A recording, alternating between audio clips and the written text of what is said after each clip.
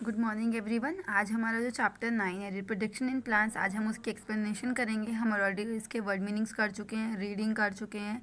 ठीक है, अब हम इसकी एक्सप्लेनेशन करके देखते हैं हमारे चैप्टर के अंदर है क्या।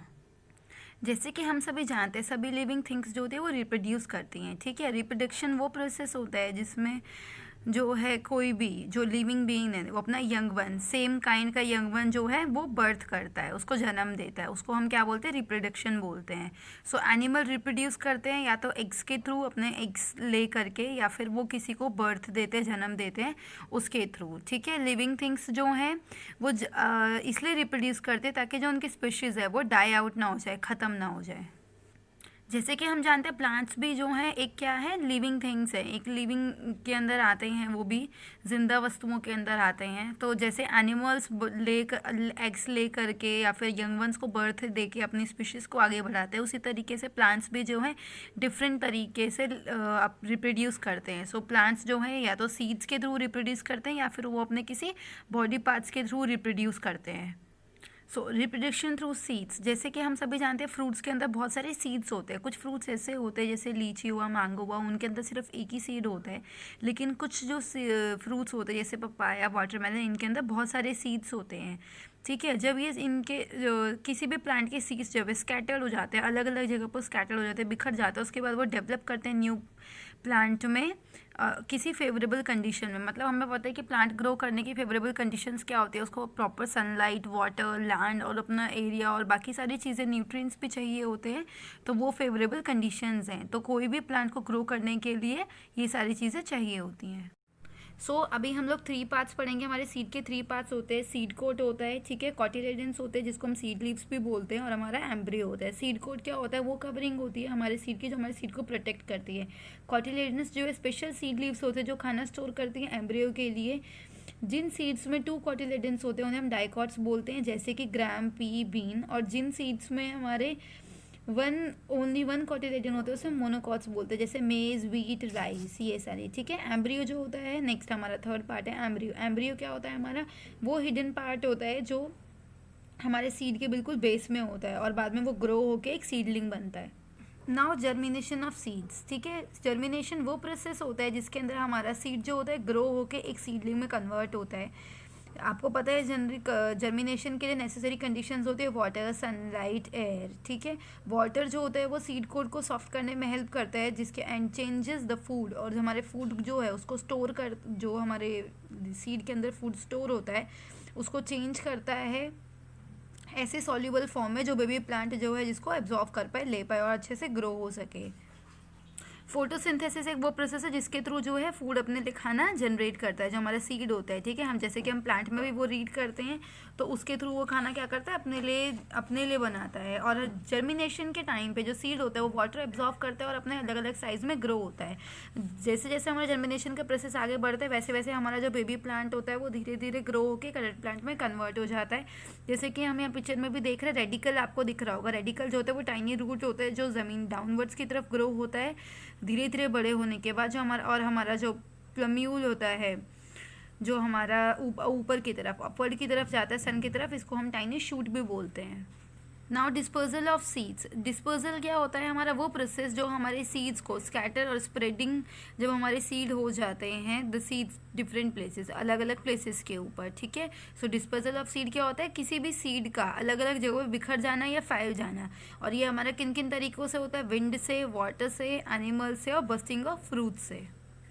Now dispersal by wind. So seeds जो होते हैं जो विंड के थ्रू डिस्पर्स होते हैं, उनका जो वेट होता है वो बहुत लाइट होता है। ठीक है, और वो हवा में बहुत आराम से, जिस तरीके से वो हमें बहुत आराम से उड़ पाते हैं, जैसे हमारे डैंडेलियन और मैपल के सीड्स होते हैं, इनका जो है बहुत लाइट वेट होता है और ये हवा के साथ साथ उड़ के इधर उधर चले जाते हैं। जैसे कि हमने अभी देखा, अभी हम देख रहे हैं अलग अलग तरीके से जो सीड डिस्पर्स होते हैं, है ना। ये क्यों होता है? जैसे हमारा जो आपका ये वाला प्लांट जो होता है इसके सीड्स जो हैं इधर उधर जब चले जाते हैं तो वो आराम से ग्रो कर सकता है। अगर कोई भी प्लांट के सीड अगर उसी के साथ में वहीं पे नीचे गिर जाएंगे तो उसको प्रॉपर सनलाइट, प्रॉपर एयर और प्रॉपर न्यूट्रिएंट नहीं मिल पाएंगे, जिसकी वजह से वो अच्छे से ग्रो नहीं हो पाता। इसलिए पेरेंट प्लांट से सीड्स का अलग होना बहुत ज़्यादा ज़रूरी है और उन्हें फेवरेबल कंडीशंस मिलना भी बहुत ज़्यादा ज़रूरी है ताकि वो अच्छे से ग्रो हो सके और उन्हें सारे न्यूट्रिएंट्स मिल सकें। Now disposal by water, so water के थ्रू जो डिस्पोज होते हैं उन सीड्स का, ठीक है, उन सीड्स का जो है बॉडी स्ट्रक्चर बहुत अलग स्पेशल स्ट्रक्चर उनको प्रोवाइड किया जाता है जिसकी वजह से वो पानी के ऊपर फ्लोट हो पाता है, जैसे लोटस के सीड्स और कोकोनट के सीड्स। सो लोटस जो होता है वो हमारा अंदर से हॉलो होता है लेकिन उसके बाहर से जो है फाइबरस कवरिंग होती है जिसकी हेल्प से वो पानी के ऊपर आराम से तैर पाता है। हाइड्रेला, वाटर लिली, ये सारे क्या होता है स्पॉन्जी होते हैं जो जिसकी मदद से वो पानी के ऊपर आराम से तैर पाते हैं। सो पानी के थ्रू जब हमारा डिस्पर्जल होता है वाटर के थ्रू, तो सीड्स जो है हमारे एक जगह से दूसरी जगह फ्लोट करके तैर के जाते हैं ताकि वो कहीं और ग्रो हो सके। डिस्पर्जल बाय एनिमल्स, सो जैसे कि हम जानते हैं हमारे एनिमल्स और बर्ड्स जो हैं वो फ्रूट्स खा जाते हैं, तो जब वो हमारे फ्रूट्स और सीड्स खा जाते हैं तो जो उनके अनडाइजेस्टेड सीड्स होते हैं वो उनकी बॉडी से उनके फिसेस के थ्रू बाहर आ जाते हैं जिसकी वजह से जो हमारे सीड्स हैं वो डिस्पर्स हो जाते हैं, ठीक है। कुछ फ्रूट्स होते हैं जिनके अंदर हुक्स और स्पाइंस और स्पीयर्स होते हैं और जिनका अलग स्ट्रक्चर होता है, तो वो वाले जो होते हैं हमारे बॉडी एनिमल्स और बर्ड्स की बॉडी पे जो है स्टिक हो जाते हैं और इधर उधर कैरी किए जाते हैं। नाउ बर्स्टिंग ऑफ फ्रूट्स, कभी कभी जो हमारे फ्रूट्स होते हैं वो कर्ल अप होकर ड्राई हो जाते हैं जिसकी वजह से वो बर्स्ट ओपन हो जाते हैं और उस एक्सप्लोजन की वजह से जो उसके अंदर सीड्स होते हैं वो सारे इधर उधर स्प्रेड हो जाते हैं, जिनके थ्रू जो मदर प्लांट से जब वो अलग हो जाते हैं तो उन्हें फेवरेबल कंडीशंस मिलती है ग्रो होने के लिए और वो आराम से वहाँ पे ग्रो हो सकते हैं।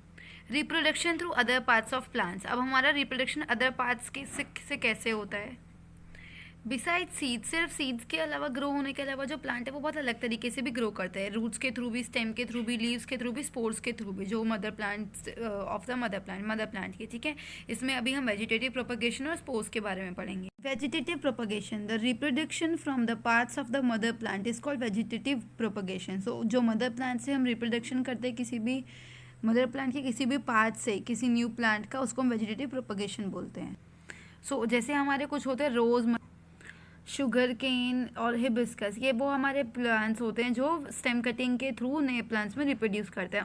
अनियन होता है, जिंजर, ये अंडरग्राउंड स्टेम्स होती हैं हमारे जिनके बर्ड्स निकलते हैं उसके बाद तब वो ग्रो करते हैं।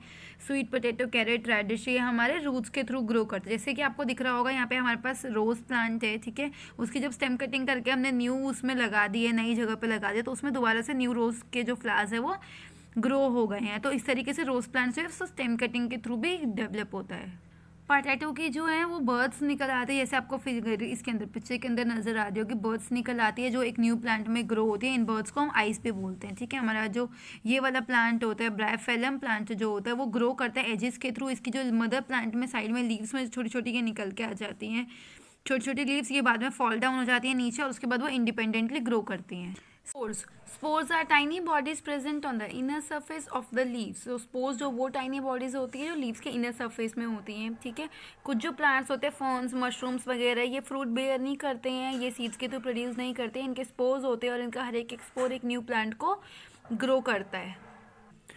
जैसे कि अभी हम लोग प्लांट्स जो हैं वो हमारे इंडिया में भी डिफरेंट कंट्रीज से आए हैं, सारे के सारे प्लांट्स इंडिया से ओरिजिनेटेड नहीं है। जैसे पोटैटो है वो पेरू का है, वीट साइरिया एंड टर्की से रिलेटेड है, ऐसे ही कॉफ़ी, अनियन, बनाना, ये सब, मैंगो, वाटरमेलन, सब जो हैं बाहर की कंट्रीज़ के, इंडिया के नहीं है। इंडिया में इन प्लांट्स को लाया गया और उसके बाद इंडिया में उनको फेवरेबल कंडीशंस दी गई हैं जिसके हिसाब से उनको ग्रो किया गया है। जैसे कि हमारे कुछ जो है मसाले भी हैं जैसे क्लोव, पेपर, ये सारे जो है इंडोनेशिया में जनरेटेड हैं। टी जो है वो हमारे इंडिया का बहुत ही पॉपुलर बेवरेज है, जैसा कि हमें पता है। जो टी है वो इंडिया में नहीं बना है, वो चाइना में ओरिजिनेटेड है, ठीक है।